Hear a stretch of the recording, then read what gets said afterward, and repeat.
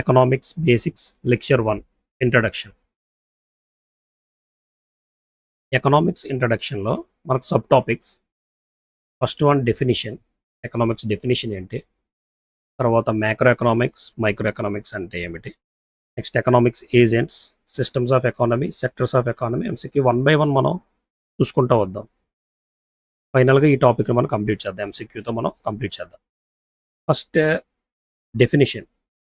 So ఎకనామిక్స్కి ఉన్నటువంటి simple డెఫినేషన్ని ఒక చిన్న స్టోరీ రూపంలో మనం నేర్చుకుందాం. ఫస్ట్ ఎకనామిక్స్ డెఫినేషన్ అంటే ఏంటో మనకు అర్థమైతే everything will be fine.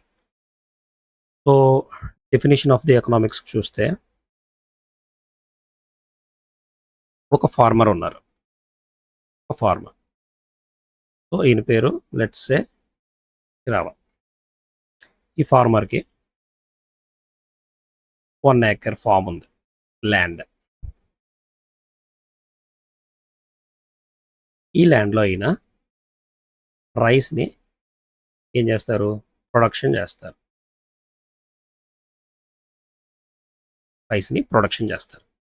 So let's say 50 bags అనేది రైస్ అనేది ప్రొడక్షన్ వచ్చింది. సో ఈ 50 bagsని ఈ ఫార్మర్ శ్రావణ్ అనే ఫార్మర్ ఏం చేస్తారు, ఈ 50 bagsని ఒక 10 bags ఈయన ఓన్ కన్జంప్షన్ కోసం ఉంచుకుంటారు.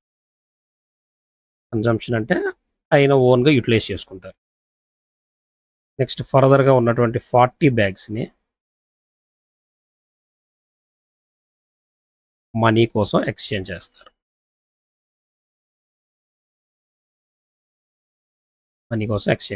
ఇప్పుడు ఈయనకి ఏమొచ్చింది, మనీ వచ్చింది. ఈ మనీని ఆయన ఏ విధంగా డిస్ట్రిబ్యూట్ చేశారంటే, ఏ విధంగా చేశారంటే మనీ లెట్స్ సే ఒక 40,000 వచ్చింది అనుకుందాం. 40,000లో 20,000 కింద డిస్ట్రిబ్యూట్ చేసి 20,000ని సేవింగ్స్ దాచుకున్నారు అండ్ 20,000 ఫర్దర్ కన్జంప్షన్కి వాడారు.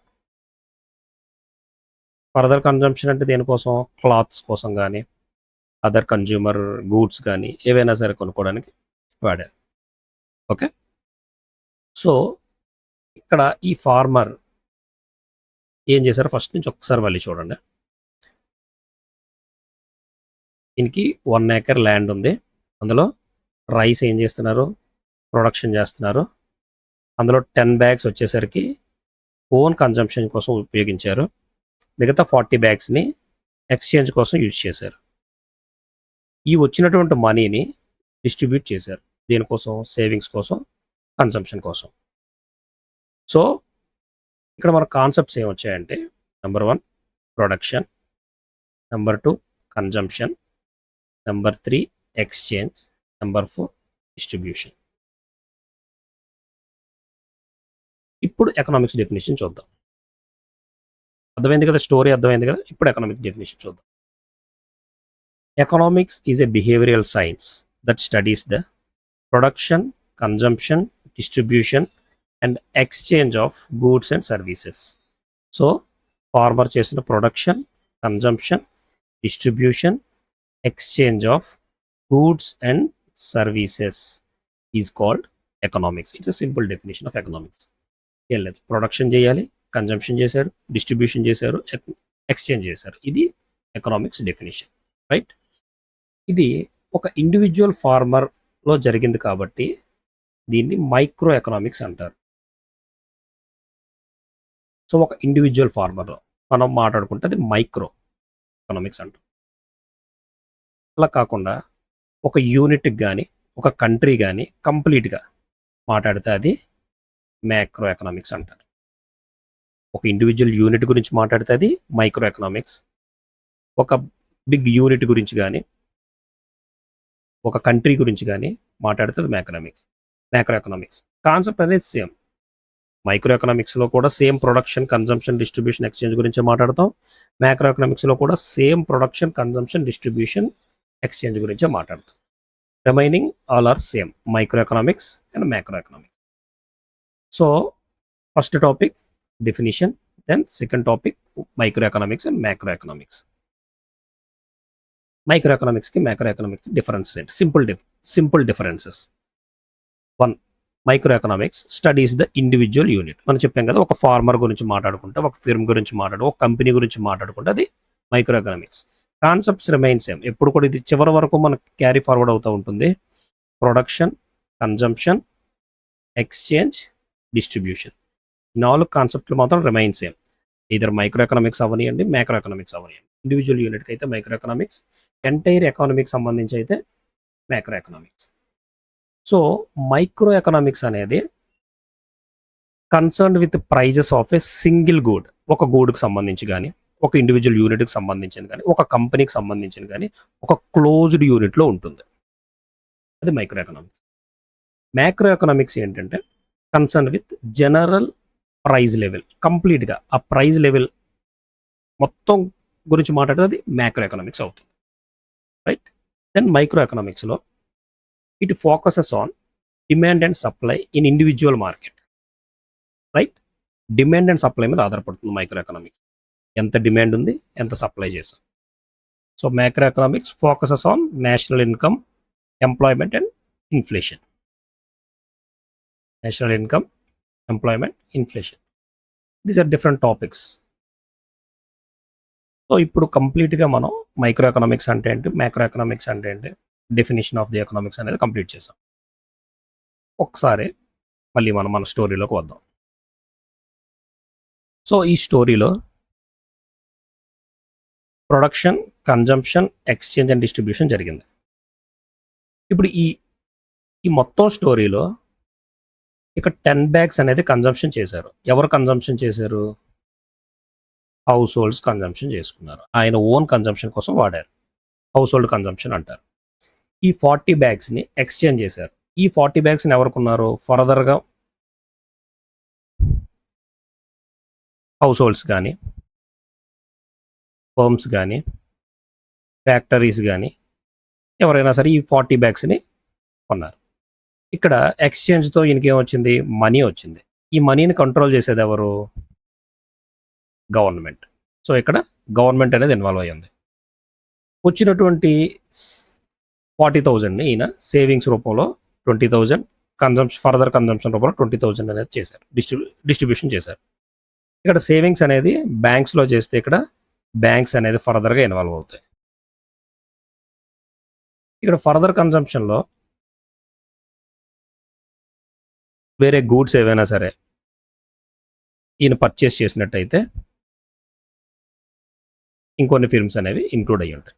సో ఎంటైర్ స్టోరీలో ఒక ఫార్మర్ ఇన్వాల్వ్ అయినటువంటి ఈ స్టోరీలో, ఈ మైక్రో ఎకనామిక్ స్టోరీలో హౌస్ హోల్డ్స్ ఇన్వాల్వ్ అయ్యి ఉన్నారు, ఫిర్మ్స్ ఇన్వాల్వ్ అయ్యి ఉన్నారు, గవర్నమెంట్ ఇన్వాల్వ్ అయ్యి ఉంది, బ్యాంక్స్ ఇన్వాల్వ్ అయ్యి ఉంది.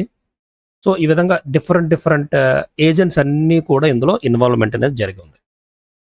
ఫర్ ఎగ్జాంపుల్ ఇప్పుడు ఈ ఎక్స్చేంజ్ అనేది విత్ ఇన్ ద కంట్రీ కాకుండా ఈయన ఎక్స్పోర్ట్ చేశాడు అనుకుందాం.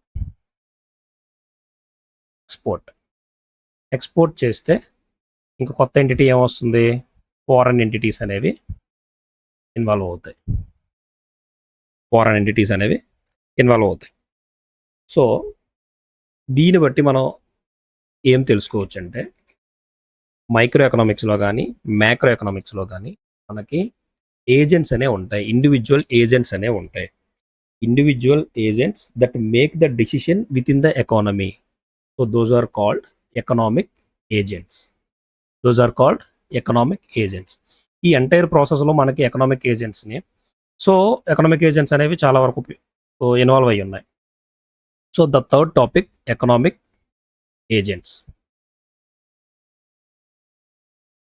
A person or a company or an organization that has an influence on the economy by producing, buying or selling, ఏం చేసినా సరే అది ఎకనామిక్ ఏజెంట్ అవుతుంది. ఫండమెంటల్గా మనకి 4 ఎకనామిక్ ఏజెంట్స్ అని మనం గుర్తించవచ్చు. ప్రతి ట్రాన్సాక్షన్లో కూడా వీళ్ళే ఉపయోగపడతారు. 1 house holds, 2 ఫిర్మ్స్, 3 government. If in case అక్కడ ఎక్స్పోర్ట్ ఇంపోర్ట్ జరిగితే ఎక్స్టర్నల్ సెక్టర్ ఇన్వాల్వ్మెంట్ జరుగుతుంది. ఎకనామిక్ ఏజెంట్స్ ఎన్ని? 4. 1 households, firms, government, foreign entities. These are the economic agents. Economic agents are nothing but individuals or institutions that make decisions within the economy. That is called economic agents. Okay, చూసాం definition అంటే ఏంటో చూసాం. దాని నుంచి micro economics అంటే ఏంటి, macro economics అంటే ఏంటో చూసాం. సో ఈ మైక్రో ఎకనామిక్స్లో కానీ మ్యాక్రో ఎకనామిక్స్లో కానీ ఇండివిజువల్స్ ఏ విధంగా ప్లే చేస్తాయి. సో ఒక స్టోరీని తీసుకున్నాం, ఆ స్టోరీలో కంప్లీట్గా ఏ విధంగా ఇండివిజువల్స్ అనేవి మనకి యూటిలైజ్ అయ్యాయి అనేది చూసి దాన్ని బట్టి ఎకనామిక్ ఏజెంట్స్ అని మనం డిరైవ్ చేసాం. ఫైనల్గా economic agents entire story, first definition, after that microeconomics and macroeconomics, then economic agents. ఇక్కడ మనం చివరి వరకు గుర్తుంచుకోవాల్సినటువంటి concepts production, consumption, exchange, distribution. These are same. And what are the economic agents? Households, firms, government, foreign entities. These are the remain same. These are economic agents. These are production, consumption, exchange and distribution.